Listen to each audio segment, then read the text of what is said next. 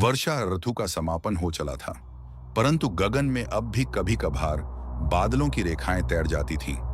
खेतों में हरियाली बिखरी थी और हवा में मिट्टी की सौंधी महक थी। उस दिन जब नगर निवासी अर्जुन अपने गांव पलासीपुर लौटा, तब उसके मन में उल्लास की लहर थी। उसकी इकलौती बहन चंपा का विवाह होने जा रहा था।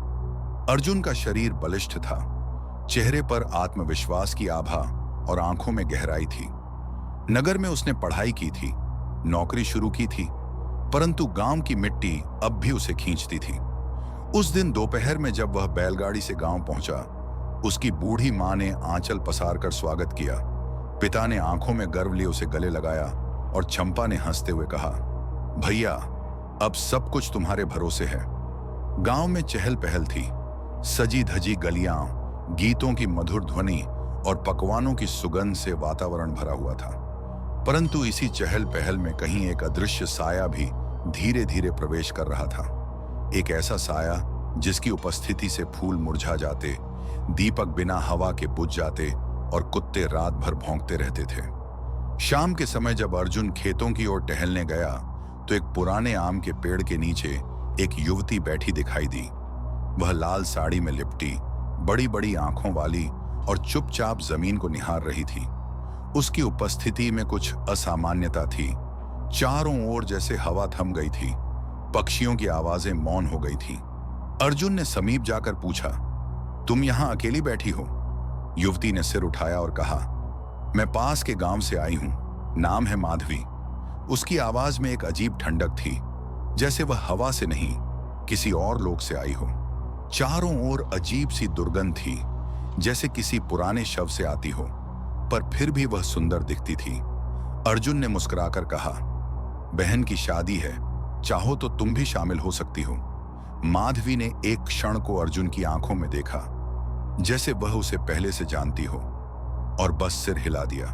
तभी अचानक उसके पीछे खड़ा एक बकरा जोर से मिमियाया और भाग गया। उसकी आंखों में डर था। दूसरे दिन हल्दी की रस्म थी। चंपा पीले कपड़ों में सजी थी और औरतें गीत गा रही थीं। अर्जुन कार्यों में व्यस्त था, पर हर बार जब वह पीछे मुड़ता, उसे माधवी दिखती। वह दूर खड़ी रहती, कभी तुलसी चौरे के पास, कभी कुएं के किनारे, कभी आंगन के पेड़ के नीचे। वह किसी से बात न करती, पर हर बार अर्जुन को देखती रहती। उसकी परछाई दीवार पर कुछ देर टिकती और फिर धीरे धीरे गायब हो जाती। जब अर्जुन ने मां से उसके बारे में पूछा, तो मां ने कहा, कौन माधवी? मैंने तो उसे नहीं देखा। अर्जुन जब उसके पास गया और कहा, तुम सचमुच रहस्यमयी हो माधवी, तब वह मुस्कुराई। उसकी मुस्कान सुंदर थी, परंतु उसमें एक शून्यता थी। उसकी आंखों में ऐसी गहराई थी जैसे किसी कुएं में कोई आत्मा बैठी हो।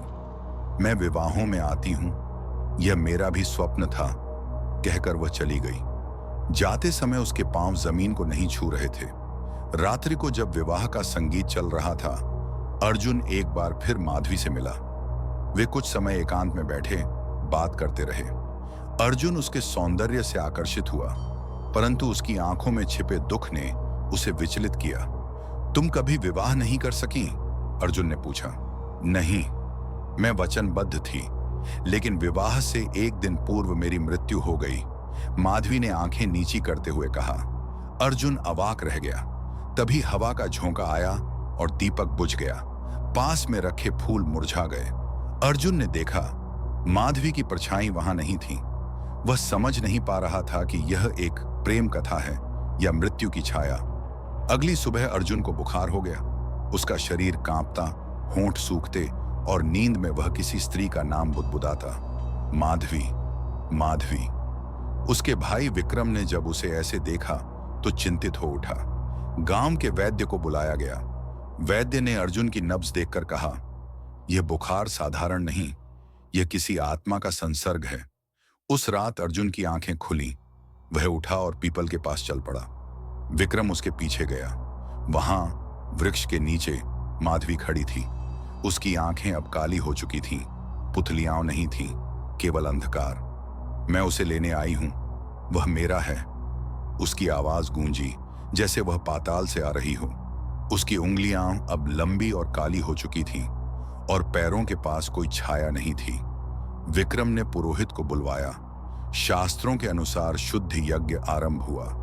अर्जुन बिस्तर पर पड़ा कांपता रहा। माधवी हर रात प्रकट होती और अर्जुन की आत्मा को बांधती रही।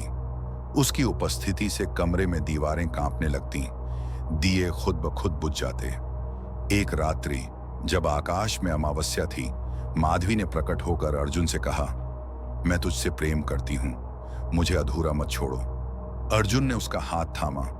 वह उठ खड़ा हुआ और चलने लगा, परंतु तभी विक्रम ने गंगा जल और रुद्राक्ष लेकर मंत्रोच्चार किया। चारों ओर हवा सिसकने लगी। माधवी चीखी, यह अन्याय है, परंतु मंत्रों की शक्ति ने उसे बांध लिया। उसका रूप विकराल हो गया। केश खुले, आंखों से रक्त टपकने लगा, चेहरे की त्वचा सड़ने लगी, परंतु अंततः वह बोली, यदि जन्म जन्मांत तक प्रतीक्षा करनी पड़ी तो भी करूंगी। अर्जुन, तू केवल मेरा है। और फिर वह धुएं में विलीन हो गई।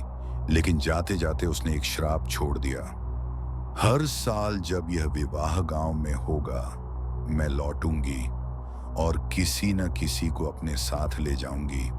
अर्जुन धीरे धीरे स्वस्थ हुआ, पर उसकी आंखों में अब भी शून्यता थी। वह जानता था, प्रेम केवल जीवन तक सीमित नहीं होता, कभी कभी वह मृत्यु की सीमा लांघकर भी पीछा करता है।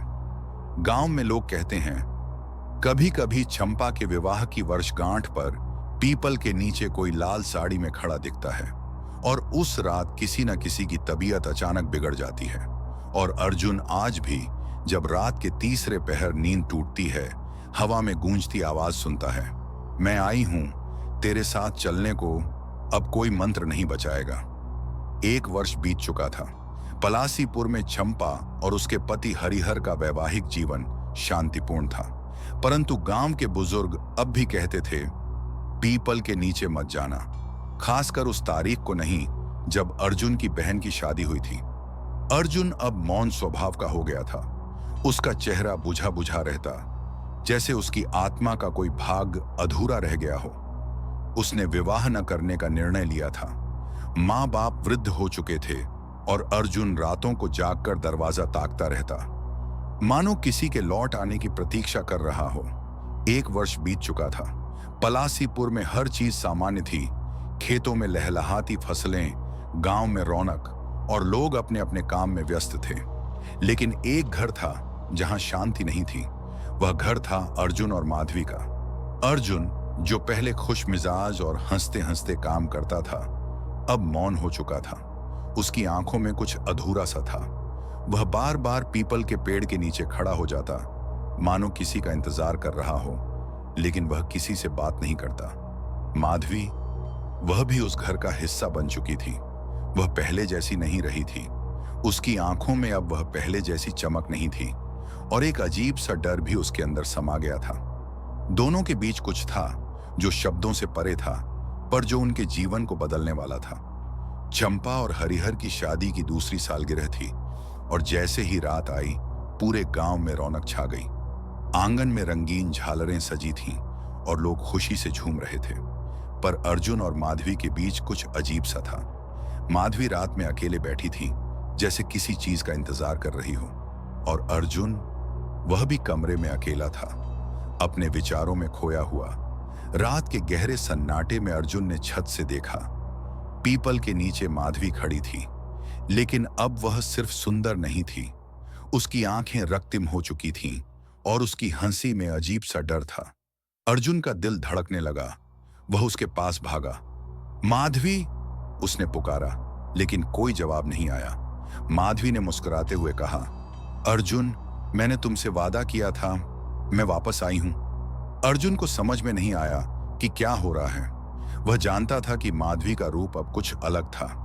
वह अब एक साधारण लड़की नहीं थी, वह कुछ और बन चुकी थी, एक रूपांतरित आत्मा जिसे वापस लौटने की शक्ति मिल चुकी थी। उसकी आंखों में वह पुराना प्रेम नहीं, बल्कि एक भयानक और शातिर हंसी थी। माधवी ने धीरे से कहा, तुमने मुझे भूलने की कोशिश की, लेकिन तुम्हारे भीतर मेरा अस्तित्व हमेशा रहेगा अर्जुन। मैं लौट आई हूं क्योंकि तुमने मुझे अपना वचन नहीं दिया। अर्जुन के शरीर में झंझोड़ने वाली ठंडक दौड़ गई। वह क्या कर सकता था? वह न चाहता हुआ भी उसकी ओर खींचा चला गया।